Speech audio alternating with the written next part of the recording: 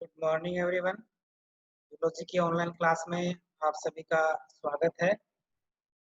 आज हम physiology of respiration के अंतर्गत ट्रांसपोर्टेशन ऑफ गैसेस के बारे में हम पढ़ेंगे। तो आज की इस ऑनलाइन क्लास का हमारा जो टॉपिक है वो रहेगा ट्रांसपोर्टेशन ऑफ गैसेज, यानी रेस्पिरेशन के अंतर्गत जो गैसेज आती है मुख्य रूप से इसमें ऑक्सीजन और जो कार्बन डाइऑक्साइड है वो आती है।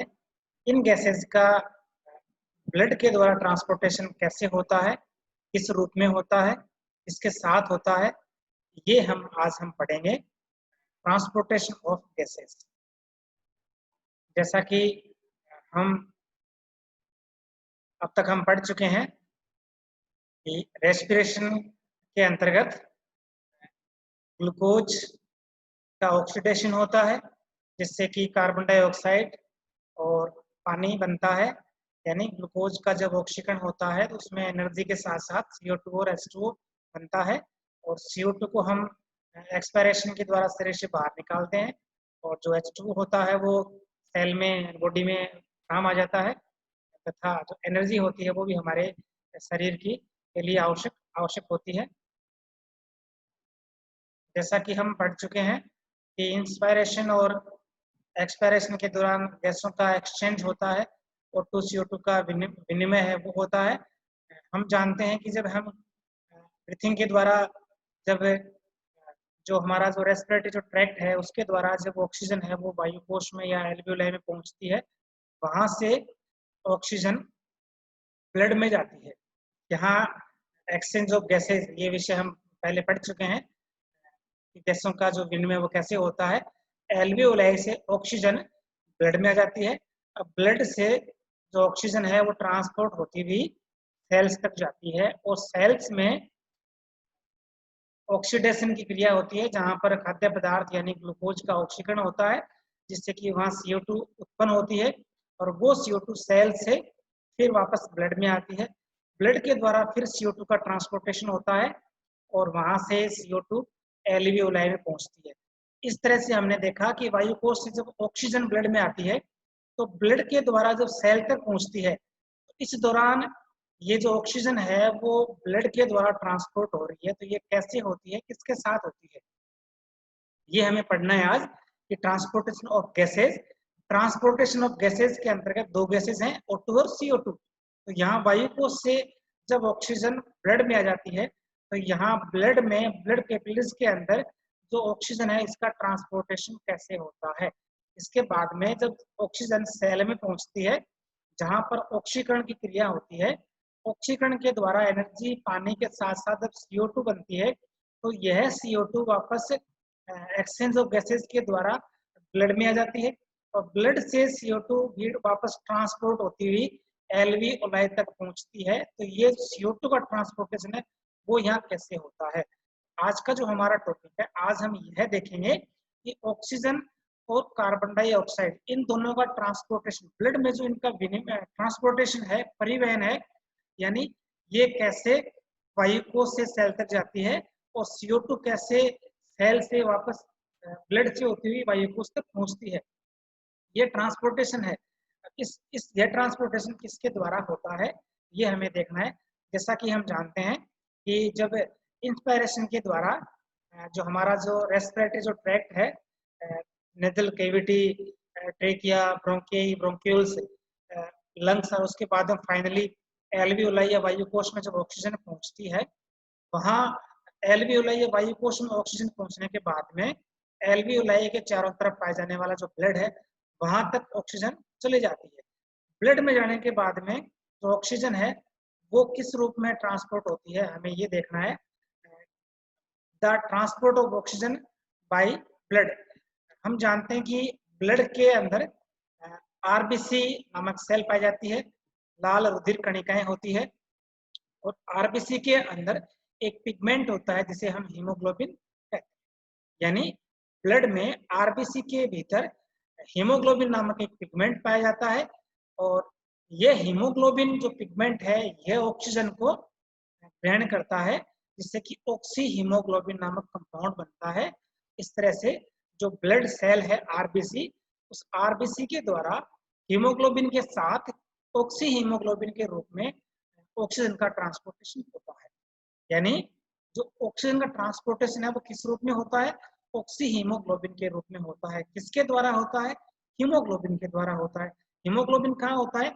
आरबीसी के भीतर होता है। और आरबीसी कहाँ होती है? ब्लड में होती है। जैसे ही एल्वियोलाई से, यानी जैसे ही वायुकोश से ऑक्सीजन ब्लड में आती है, ब्लड में आरबीसी होती है, आरबीसी में चली जाती है और आरबीसी के भीतर हीमोग्लोबिन होता है और हीमोग्लोबिन के साथ में ऑक्सीजन जुड़ती है, जिससे कि हीमोग्लोबिन और प्लस ऑक्सीजन आपस में जुड़ते हैं तो ऑक्सी हीमोग्लोबिन बनता है।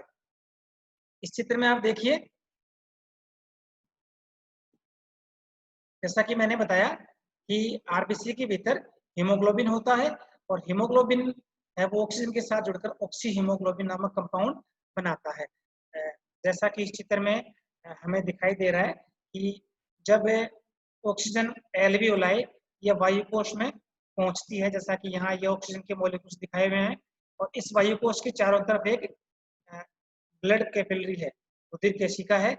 यहाँ पर ऑक्सीजन वायुकोश से ब्लड में डिफ्यूज हो जाती है या ऑक्सीजन का डिफ्यूजन यहाँ हो जाता है। ये तो होता है गैसों का विनिमय या एक्सचेंज ऑफ गैसेस। कैसे? ऑक्सीजन एल्वियोलाई से ब्लड में आ जाती है, यहाँ ब्लड में आ गई। अब ब्लड के अंदर जो आरबीसी है वहां पर उसके अंदर पाया जाता है हीमोग्लोबिन। या हीमोग्लोबिन है या ऑक्सीजन है।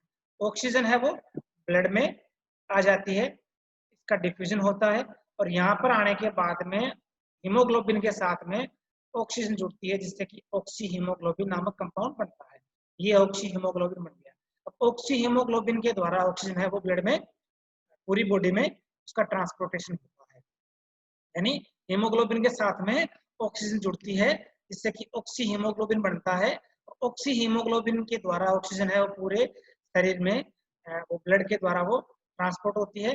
जैसे चित्र में देखिए अब आगे, ये जो ऑक्सी हीमोग्लोबिन है जिसमें हीमोग्लोबिन प्लस ऑक्सीजन है। अब ये सेल के पास में जब सेल, ये जो ब्लड है वो ब्लड और सेल के बीच में जब गैसों का एक्सचेंज होता है, यहाँ पर ऑक्सी हीमोग्लोबिन से ऑक्सीजन है वो सेल में डिफ्यूज हो जाती है। इस तरह से ऑक्सीजन है वो पहले वायुकोश में आती है, वायुकोश से ब्लड में जाती है, ब्लड में हीमोग्लोबिन के साथ जुड़कर ऑक्सी हीमोग्लोबिन बनाती है और ऑक्सी हीमोग्लोबिन है वो सेल या टिश्यूज के में जाकर वहाँ ऑक्सीजन को फ्री कर देता है, जिससे कि ऑक्सीजन है वो सेल में चली जाती है और सेल में जाने के बाद में ऑक्सीजन खाद्य पदार्थों का ऑक्सीकरण करता है, जिससे कि एनर्जी बनती है, वापस वहाँ CO2 बनता है।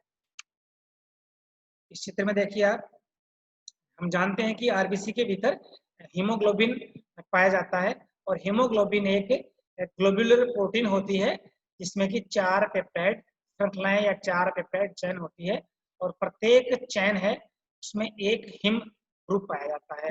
प्रत्येक हिम ग्रुप है वो एक ऑक्सीजन के मॉलिक्यूल्स को ले जाता है। इसको हम इस तरह से लिखेंगे, हीमोग्लोबिन प्लस ऑक्सीजन और आगे बनता है ऑक्सी हीमोग्लोबिन। इस तरह से हीमोग्लोबिन का जो एक जो अणु होता है, क्योंकि उसमें 4 हिम ग्रुप हैं और प्रत्येक ऑक्सीजन के एक मॉलिक्यूल को ले जाने में सक्षम है। इस तरह से ये ऑक्सीजन के 4 मॉलिक्यूल्स को ले जाने में ये सक्षम है।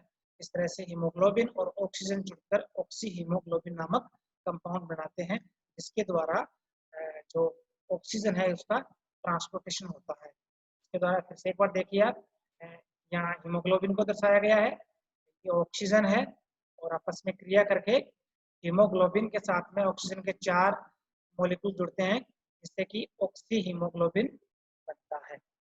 इस तरह से जब ऑक्सीजन की हाई जब मात्रा होती है तो वहाँ तो इसका एसोसिएशन होता है और जहाँ पर टिश्यू और सेल जहाँ पर ऑक्सीजन का लेवल कम होता है, लो O2 की स्थिति में ये वापस है वो ऑक्सीजन को रिलीज कर देता है और हीमोग्लोबिन अलग हो जाता है, यानी इसका डिसोसिएशन हो जाता है।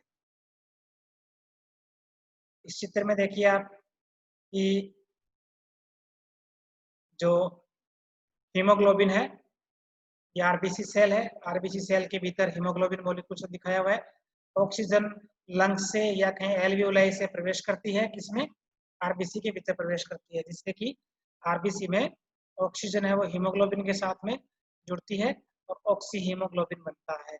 इसी रूप में ऑक्सीजन है वो ब्लड में ट्रांसपोर्ट होती है और टिश्यू और सेल्स में जाके जो हीमोग्लोबिन है वो ऑक्सीजन को रिलीज कर देता है। इस तरह से हमने देखा कि ब्लड के द्वारा ऑक्सीजन है वो हीमोग्लोबिन के साथ में ऑक्सी हीमोग्लोबिन के रूप में ट्रांसपोर्ट होती है। अब हम देखते हैं कि जो कार्बन डाइऑक्साइड जो सेल में बनती है उसका ट्रांसपोर्टेशन कैसे होता है। यानी जब ऑक्सीजन ब्लड से सेल में पहुंचती है जहाँ की ऑक्सीडेशन होता है ग्लूकोज का, तब CO2 उत्पन्न होती है। तो वो CO2 सेल से ब्लड में आ जाती है और ब्लड से वो वायु कोश में पहुंचती है, वहां से बाहर निकलती है। लेकिन सेल से ब्लड में आने के बाद में ब्लड के द्वारा CO2 का ट्रांसपोर्टेशन किस रूप में होता है। कार्बन डाइऑक्साइड का ट्रांसपोर्टेशन मुख्यतः 3 रूपों में होता है। लगभग 10% तक जो CO2 होती है वो विलियन के रूप में ट्रांसपोर्ट होती है। यानी टोटल CO2 जो है वो उसका लगभग 10% जो भाग होता है वो सॉल्यूशन या विलियन के रूप में पानी के साथ में मिलकर उसका ट्रांसपोर्टेशन होता है। लगभग 20% जो CO2 होती है वो कार्बेमिनो कंपाउंड या कार्बेमिनो हीमोग्लोबिन के साथ में या कहीं हीमोग्लोबिन के द्वारा वो ट्रांसपोर्ट होती है 20%। और लगभग शेष जो 70% जो CO2 होती है वो बाइकार्बोनेट के रूप में ट्रांसपोर्ट होती है। इस तरह से जो एक बार फिर से देखिए कि जो CO2 का ट्रांसपोर्ट है वो 3 तरह से होता है। यानी 70% CO2 है वो तो बाइकार्बोनेट के रूप में ट्रांसपोर्ट होती है। लगभग 10% CO2 है वो कार्बोनिक एसिड या कहें सॉल्यूशन या डिजोल्व के रूप में विलेन के रूप में ट्रांसपोर्ट होती है 10%। और लगभग 20% जो CO2 है वो हीमोग्लोबिन के साथ में यानी कार्बेमिनो हीमोग्लोबिन के रूप में वो ट्रांसपोर्ट होती है। इस तरह से CO2 का जो ट्रांसपोर्टेशन है वो 3 तरह से होता है।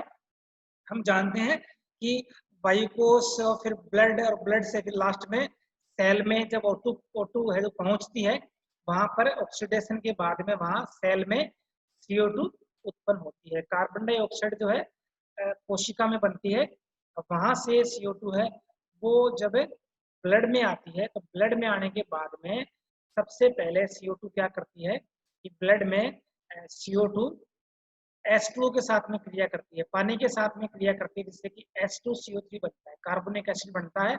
उस रूप में 10% है वो ट्रांसपोर्ट होती है। कुछ CO2 जो होती है वो हीमोग्लोबिन के साथ में आरबीसी में मिल जाती है, जिससे कि कार्बेमिनो या कार्बे हीमोग्लोबिन नामक कंपाउंड बनता है HbCO2। और कुछ CO2 जो है बाइकार्बोनेट रूप में ट्रांसपोर्ट होती है। इस चित्र में देखिए कि जो CO2 होती है वो ब्लड में पानी के साथ में क्रिया करती है, जिससे कि H2CO3 या कार्बोनिक एसिड बनता है। यहाँ कार्बोनिक एनहाइड्रेज नामक एंजाइम की उपस्थिति में रिएक्शन होती है। यानी जो CO2 में जो सेल में CO2 बनती है वो CO2 जब ब्लड में पहुंचती है, ब्लड में प्लाज्मा में विद्यमान पानी के साथ वो क्रिया करती है और पानी के साथ में CO2 जब क्रिया करती है कार्बोनिक एनहाइड्रेज के रूप में उसमें एंजाइम होता है और यहाँ H2CO3 या कार्बोनिक एसिड बनता है। तो 10% CO2 है वो H2CO3 या कार्बोनिक एसिड के रूप में ट्रांसपोर्ट होती है ब्लड में। और यदि ये ज्यादा बनता है तो वो क्या है कि ये बाइकार्बोनेट और हाइड्रोजन आयन के रूप में ये वियोजित हो जाता है। जैसा कि इस चित्र में देखिए कि CO2 है वो सेल में इसका प्रोडक्शन होता है, वहां से ये ब्लड में पहुंचती है, ब्लड में आरबीसी होती है, वहां पर CO2 और H2O यानी कार्बन डाइऑक्साइड जो है वो H2O से क्रिया करती है, जिससे कि बाइकार्बोनेट और HN यानी कार्बोनिक एनहाइड्रेज के रूप में ये रिएक्शन होती है, जिससे कि H2CO3 बनता है और जो कि HCO3 आयन और HN में टूट जाता है। इस तरह से 10% तो H2CO3 के रूप में और 20% जो CO2 होती है वो कार्बेमिनो हीमोग्लोबिन के साथ में जुड़कर वो ट्रांसपोर्ट होती है। इस चित्र में देखिए आप कि CO2 है वो HbNH2 के साथ में आपस में इससे क्रिया करती है, जिससे कि HbNH3 नामक कंपाउंड बनता है, कार्बेमिनो हीमोग्लोबिन बनता है। 20% CO2 है वो इस रूप में ट्रांसपोर्ट होती है, और शेष 70% जो CO2 है वो बाइकार्बोनेट के रूप में ट्रांसपोर्ट होती है। हम जानते हैं कि आरबीसी के अंदर जब CO2 प्रवेश करती है तो वह कार्बोनिक एनहाइड्रेज के रूप में एंजाइम की उपस्थिति में CO2 और H2 आपस में क्रिया करते हैं, जिससे कि H2CO3 बनता है, और ये H आयन और HCO3 आयन में टूट जाता है। और आरबीसी के अंदर जो हीमोग्लोबिन होता है उसके साथ में पोटेशियम यानी KHB के रूप में पाया जाता है। इसके साथ में जब इनकी रिएक्शन होती है तो KHCO3 यानी पोटेशियम बाइकार्बोनेट नामक पदार्थ बनता है। इसके अलावा प्लाज्मा में कुछ जो फॉस्फेट होता है उसके साथ में भी H2CO3 जुड़ता है, तो सोडियम बाइकार्बोनेट बनता है।